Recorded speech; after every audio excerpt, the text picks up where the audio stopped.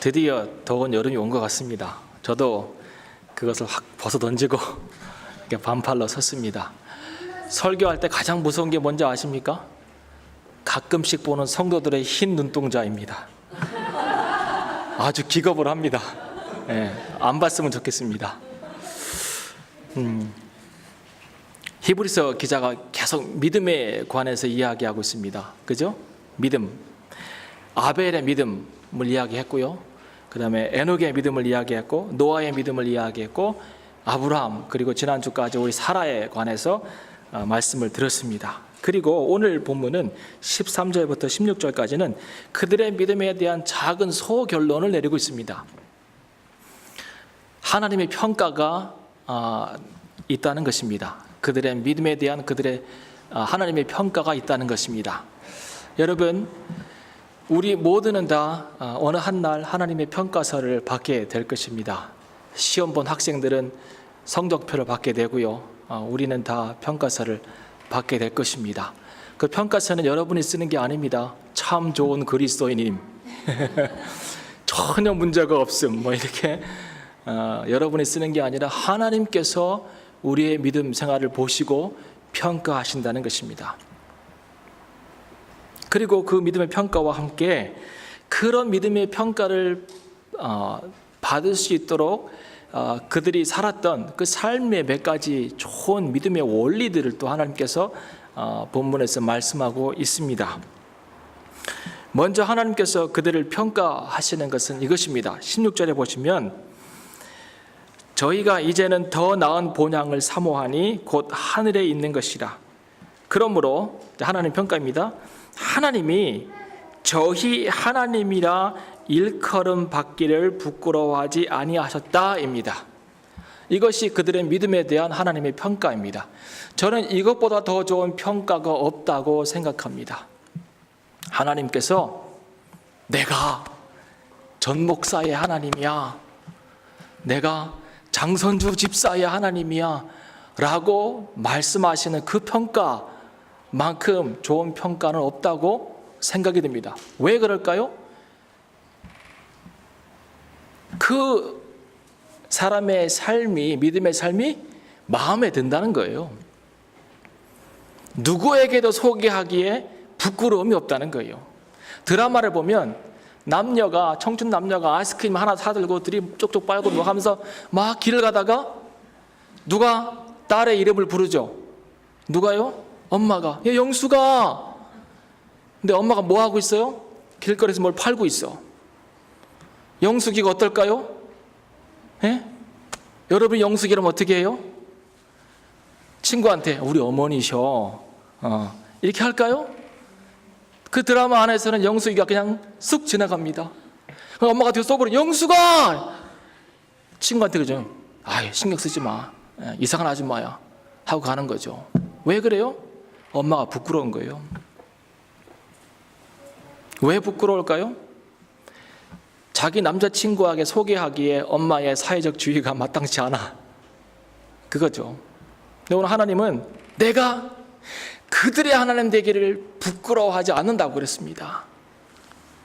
모세가 하나님의 소명받을 때 하나님, 내가 이제 그러면 가기는 가겠는데 사람들이 너 누가 보냈냐라고 물어보면 나는 뭐라고 대답합니까?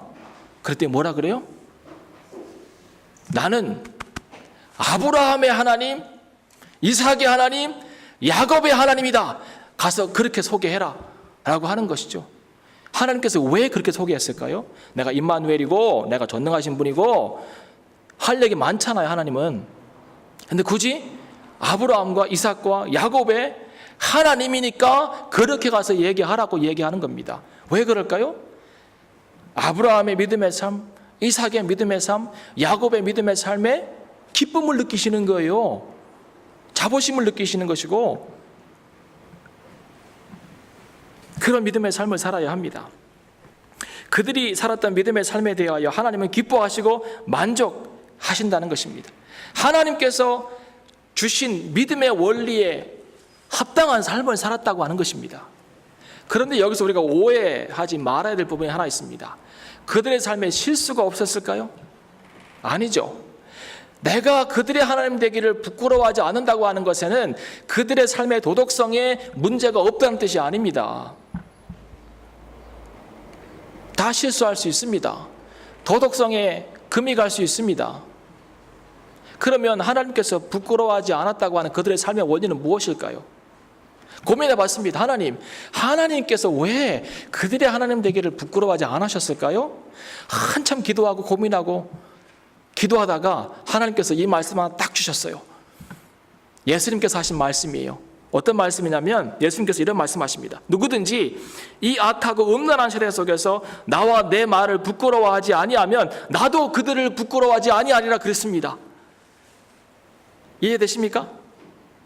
이 악하고 음란한 세대 속에서 누구든지 나와 내 말을 부끄러워하지 아니하면 나도 다시 내가 이 땅에 올 때에 그들을 부끄러워하지 아니하리라 그랬습니다. 자, 하나님께서 그들을 부끄러워하지 않은 이유는 그들 또한 하나님을 부끄러워하지 않았다는 것입니다.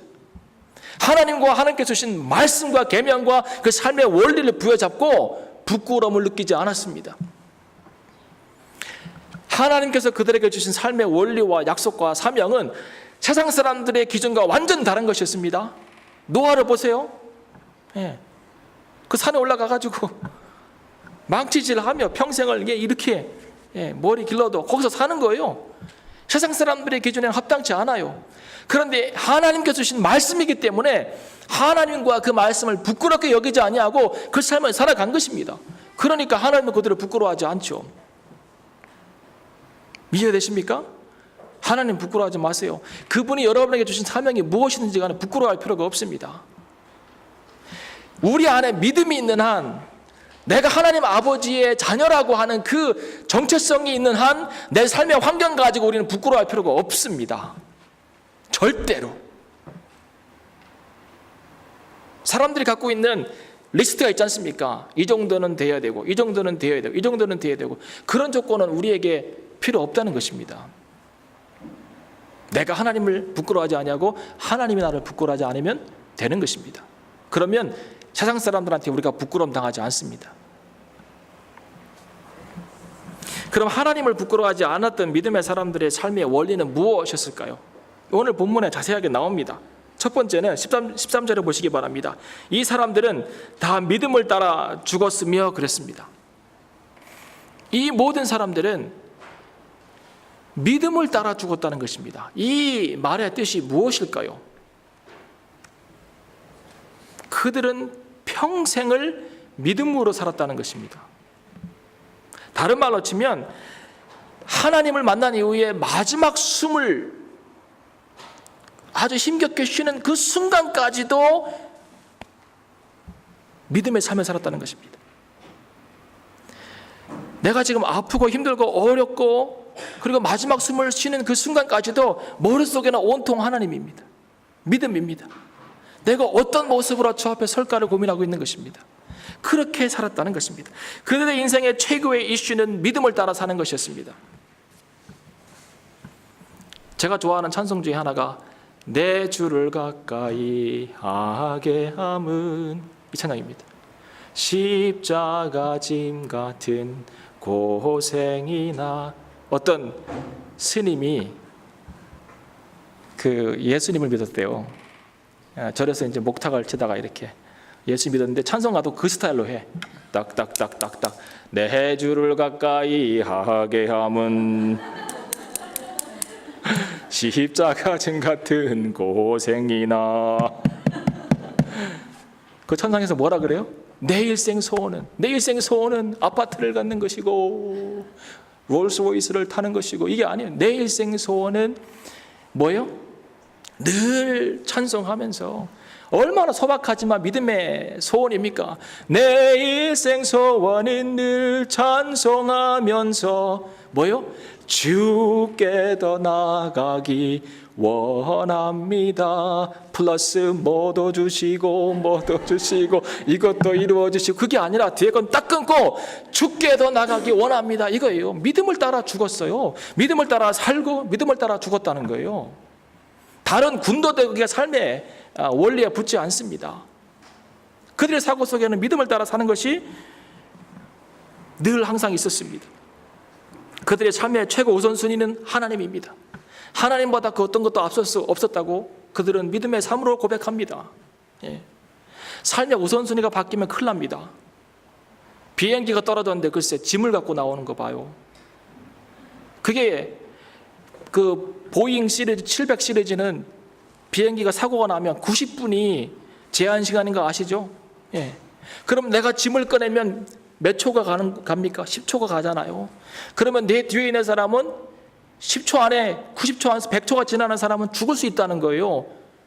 그걸 생각 못하고 내게 소중하기 때문에 갖고 나가려고 하는 그 한국 사람의 생각, 우선순위가 잘못된 거죠. 내 것은 물건은 중요하고 뒤에 있는 사람의 생명은 중요하지 않아. 삶의 우선순위가 잘못되면 나도 위험하고 다른 사람도 위험할 수 있습니다.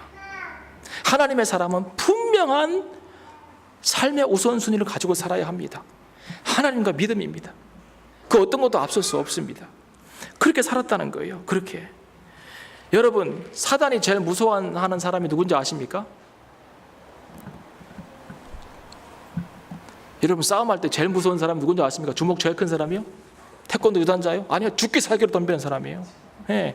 맞아도 또 일어나는 거, 코피가 줄줄 나 또 일어나는 거예요. 무서워요. 못 때려 이젠. 예. 여러분, 죽기 살기로 믿음 생활을 하는 사람이 가장 무서운 사람이에요. 왜요? 사단이 제일 무서운 사람이 누군지 아십니까? 실제로 순교자입니다. 순교자. 죽이라는 거예요. 예. 목대라는 거예요. 왜요? 네가 나 오늘 죽이면 나는 하늘나라 간다.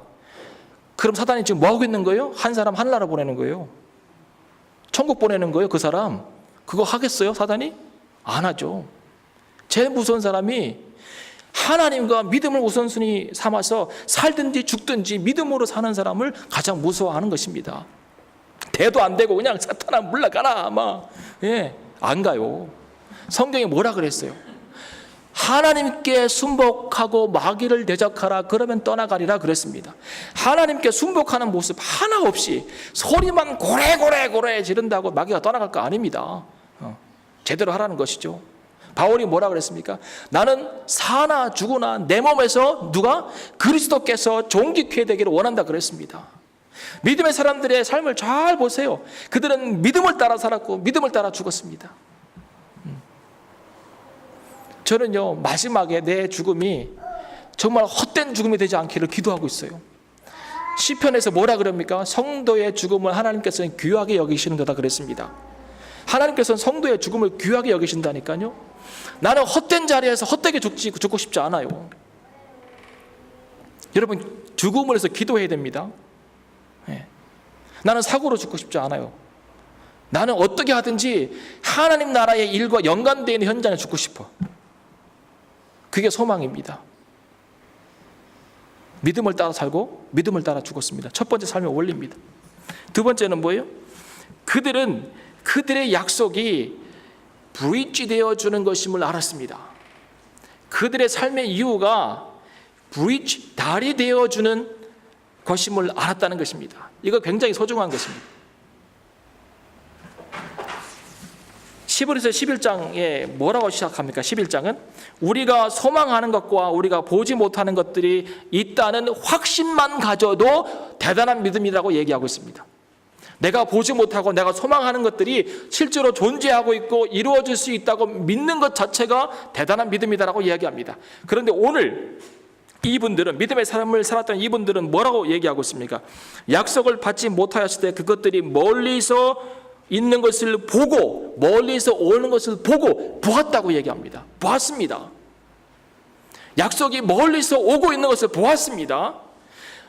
약속이 있고 보이지 않는 세계가 있고 우리가 소망하는 것이 이루어진다고 하는 확신만 있어도 대단한 믿음인데 이들은 실제로 그것을 보았습니다. 그럼 보면 좋을까요? 여러분, 이 보면 좋을까요? 그들이 어땠을까요? 그걸 보고 그들이 받은 약속이 뭡니까? 그들이 받은 약속은 그들 당대에 이루어지는 약속이 아닙니다.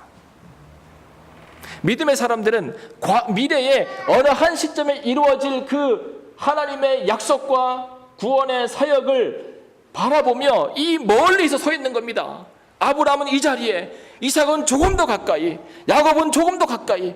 그렇지만 내 앞에서 이루어지면서 보지 못하고 사는 거예요. 이게 이해하시겠습니까? 내 평생을 들여서 이루어 가야 할 그 삶이 저 멀리 미래의 어느 한 시점에서 이루어질 것이기 때문에 나는 멀리서 보고는 있지만 내 삶 가운데 이루어지진 않아요.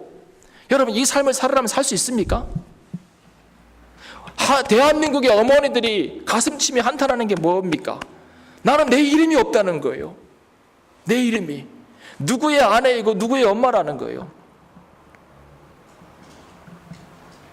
그것도 억울한데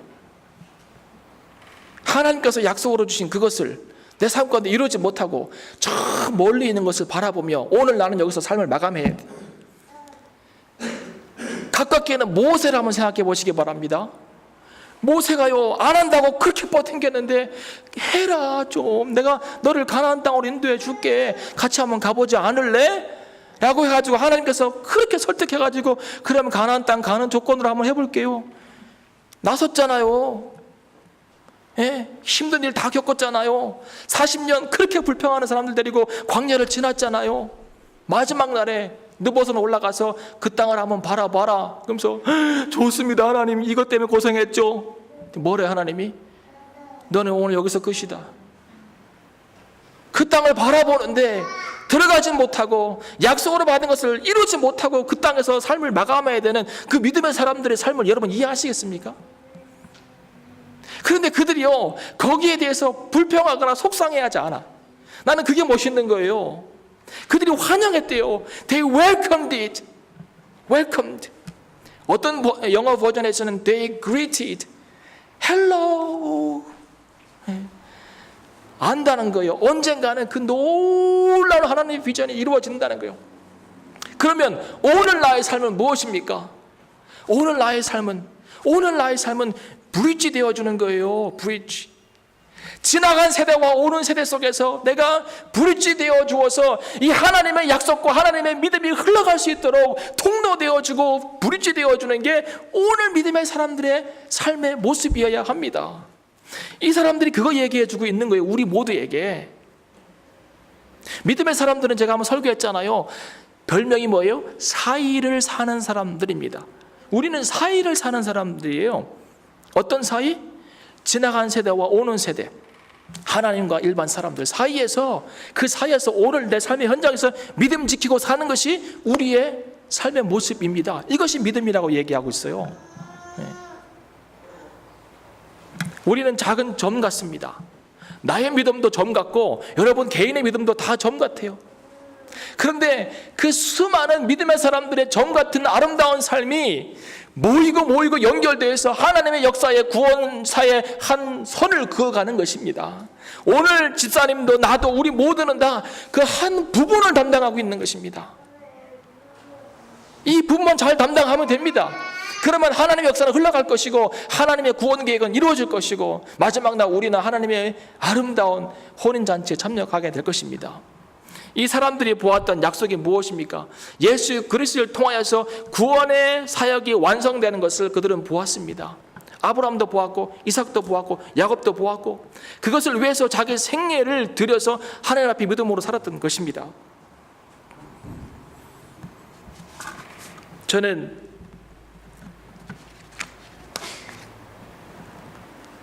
하나님께서 우리 다음 세대들에게 우리를 소개할 때 우리의 이름을 사용했으면 좋겠습니다.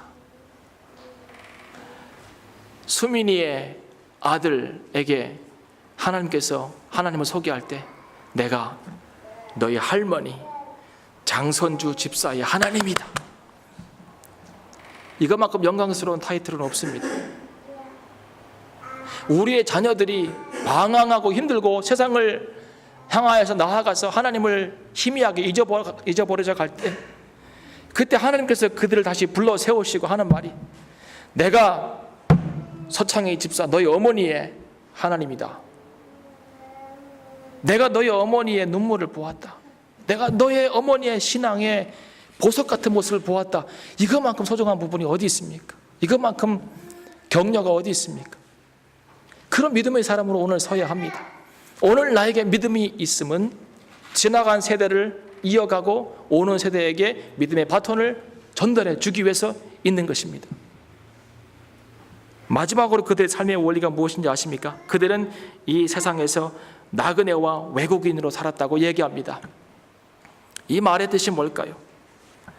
구약 창세기부터 신약에 이르기까지 베드로도 그렇고 모든 사람들이 우리 믿음의 사람들을 외국인으로 소개합니다. 나그네라고 소개합니다. 나그네의 삶은 더 나은 본향을 사모하는 것입니다. 이 땅 가운데는 우리가 사모할 집이 없습니다. 더 나은 본향을 그들은 사모했다고 성경은 기록하고 있습니다. 지난번 우리 아브라함 제가 설교할 때 그랬지 않습니까? 3대가 장막에 살았다고? 약속 받고 그 땅이 왔는데 땅 한 평 못 받고 겨우 땅 얻어가지고 자기 부인 매장하고, 그리고는 아버지도 텐트에, 그 아들도 텐트에, 그 손자도 텐트에 생활을 하는 거예요. 자, 그런데요, 더 재미있는 것은 16절에 보세요. 부끄러워하지 아니하시고 저희를 위하여 한 뭐를 예비했다고요? 한 뭐를 예비했다고요? 한 성을 예비했다고요. 한 성이 예비되어 있다고요. 아브라함과 이삭과 야곱이 텐트에 살았으나 그들은 그들의 믿음의 삶의 결과로 주어질 놀라운 성을 믿고 바라고 소망했다고 저는 믿습니다. 여러분에게 성이 주어질 것이고 여러분에게 맨션이 주어질 것입니다. 하늘나라에. 그들이 이 땅에서 나그네와 외국인으로 살았다고 하는 것은 그들의 삶 가운데 분명한 가치의 변화가 있었다는 것입니다. 분명한 가치의 변화. 그 가치의 변화가 무엇입니까? 그들은 영원히 존재하는 가치들을 손에 쥐기 위해서 이 땅에서 영원하지 않은 가치들을 포기하며 살았습니다. 이 말이 이해가 되십니까? 영원히 소유해야만 하는 그 가치를 위해서 영원히 소유하지 못하는 가치들을 포기하고 살았다는 것입니다. 그러면 영원히 우리가 소유해야 될 가치는 무엇입니까? 여러분 아실 것입니다. 영원히 소유하지 못할 가치는 무엇입니까? 우리가 포기하며 살아야 하는 그 가치는 무엇입니까? 이들의 삶 가운데는 분명히 그 가치의 변화가 일어났습니다. 우리를 위해서 예비된 그 한 성을 위하여서 이 땅에서 텐트로 살기를 결정하고 사는 것입니다. 제가 우리 아버지 전화했어요. 70이 다 돼 가시는데 요즘도 노동일을 하세요. 그래서 아유 그만두세요. 그랬더니 야 요즘엔 설교사 하는 사람들이 천국 가도 돈 필요하단다더래요. 그래서 어디서 그런 이단에 빠지셨어요? 그랬더니 농담이다 그러시면, 제가 그 농담 듣고 생각한 게 많았어요. 돈을 좀 보내달라는 건가? 네. 여러분 천국에 가져갈 게 뭐 있습니까? 제가 그랬잖아요. 천국 갈 때 필요한 것만 소유하자. 그죠? 천국 갈 때 필요한 것만 소유하자. 천국 갈 때 필요한 것만 자랑하자. 그게 뭐예요? 그게 뭘까요? 여러분 아시잖아요. 말 안 해도 그것만 소유하고 그것만 붙들면 돼요.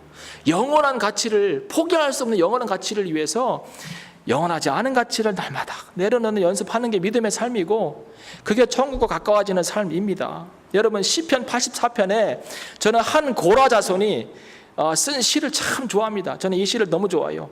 고라 자손은 레위 자손입니다. 이들은 성전에서 이런저런 일들로 봉사하는 사람들입니다. 여러분 레위인들이요 거창하게 제사장 가운 입고 섬기는 사람들이 아니었습니다. 그들은 성전에 오는 동물들의 똥을 쳐야 했고요, 내장들을 다 관리해야 됐고요, 그 청결 위생 다 관리해야 됐고요, 문지기로 살아야 했고요, 그랬습니다. 하나님 봉사하기 위해서 평생 소똥 친 사람도 있습니다. 그 사람이 고백을 이렇게 합니다. 주의 궁정에서 한 날이 다른 곳에서 첫날보다 나은즉 하나님의 집에서 거하는 하루가 세상의 어떤 궁전의 첫날보다 낫다는 거예요. 악인의 장막의 거함보다, 악인의 화려한 장막의 거함보다 내 하나님 문지기로 있는 것이 좋사오니, 이 고백하고 있는 거예요. 이 사람의 믿음의 고백 안에는 나는 분명한 가치관의 변화가 있다고 봅니다. 하나님의 성전에서 똥을 치든 문지기를 하든 위생관리하는 사람이든 나는 오늘 하나님을 섬기는 자리에 있다고 하는 것입니다. 화려한 악인의 장막에서 배부르게 먹는 것보다 하나님 나라에 문지기로 있는 것이 좋다는 거예요. 분명한 가치관의 변화 아닙니까? 사탄이 세상을 두루 돌아다니다가 하나님께로 왔습니다. 하나님께서 뭐라 했을까요? 그한테 이 썩을 놈 네가 여기가 어디라고 왔냐 그랬을까요? 사탄에게 너 어디 갔다 왔냐 물어봤겠죠. 하나님이.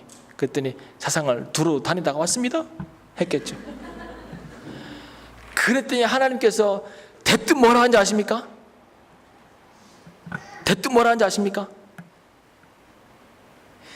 그래 그럼 네가 내 종 욥 봤냐 욥? 그러는 거예요. 네가 내 종 욥을 봤냐? 세상을 두루 다니다가 왔다고 하는 그 사탄에게 네가 내 종 욥 봤냐 그러면 이 얘기하는 거예요. 왜 그래요? 하는데 피곤해요. 사탄이 옆에 서가지고 누구 보세요 안 돼요. 쟤 보세요 믿음의 사람이라면서 저래요. 장로 보세요 목사 보세요 집사 보세요 애들 보세요. 맨날 그러니까 하나님도 내세울 카드가 없는 거야. 근데 요번에는 돌아다니다 와가지고 봤는데 네가 욥 봤냐 욥 그러는 거예요. 왜요? 너무 마음에 드는 거예요. 욥이 성경에 보니까 그는 순전하고 정직하고 악에서 떠났고 하나님을 경외하는 자라고 나와 있어요. 하나님이 그를 부끄러워하지 않아요. 너무 기쁜 거예요. 걔만 보면 그 사람만 보면. 그러니까 대뜸 사단의 입을 콱 막기 위해서 욥 봤냐 욥 네가 다른 사람 어큐제이션 하게 하지 말고 네가 욥 봤냐 욥 그 얘기하는 거죠. 나는 좀 하나님께서 사단이 올 때마다 야 네가 원종호 집사 봤냐 이기성 집사 봤냐 나 그랬으면 좋겠어요. 최신통 교회를 봤냐 네가 어큐제이션 하는 교회와 달라 그래야지. 오늘도 할 말이 없다 미안하지만 오늘도 내세울 카드가 없다 이러면 되겠어요? 여러분 하나님께서 기뻐하시고 즐거워하시고 부끄러워하지 아니하시는 내가 그의 하나님이다라고 얘기하기에 부끄러움이 없는 그런 삶을 삽시다. 다른 거 없습니다. 믿음 따라 살고 믿음 따라 죽는 것입니다. 두 번째 뭐예요? 벌써 다 까먹으셨어요? 두 번째 뭐예요? 약속이 오는 것을 환영하며 죽었다고 그랬잖아요. 왜요? 브릿지 되는 삶이기 때문에 채널 되어주는 삶이기 때문에. 마지막 뭐예요? 나그네로 사는 거잖아요. 가치관의 변화를 확실히 경험하는 거잖아요. 영원히 소유할 것만 잃어버리지 말아야 할 것만 소중하게 여기고 나머지 것들은 주어지면 감사하고 그렇지 않으면 실망하지 않고 열심히 주님 따라 믿음으로 사는 것. 이런 삶을 산다면 하나님께서 반드시 우리를 부끄러워하지 않을 것입니다. 오히려 우리를 안다고 말씀하시고 내가 너희 하나님이다라고 말씀하실 것입니다. 우리가 클레임하는 것 가지고는 부족합니다. 하나님께서 인정해 주셔야 합니다. 사람들이 와서 주님 제가 주님을 알고 주님의 이름으로 모두 했고 했더니 예수님 뭐라 나 너 모른다 그랬잖아요. 주님께서 안다라고 말씀하시고 내가 너를 부끄러워하지 아니한다라고 말씀하시는 그 믿음의 사람이 되어야 합니다. 우리 모두가 다 그런 믿음의 사람 됩시다. 우리 교회가 그런 교회 됩시다. 하나님께서 사단에게 채싱턴에 가면 채싱턴 한인교회가 있다. 거기는 나의 페이보릿이다 라고 얘기할 수 있는 그런 교회가 됩시다. 기도하겠습니다.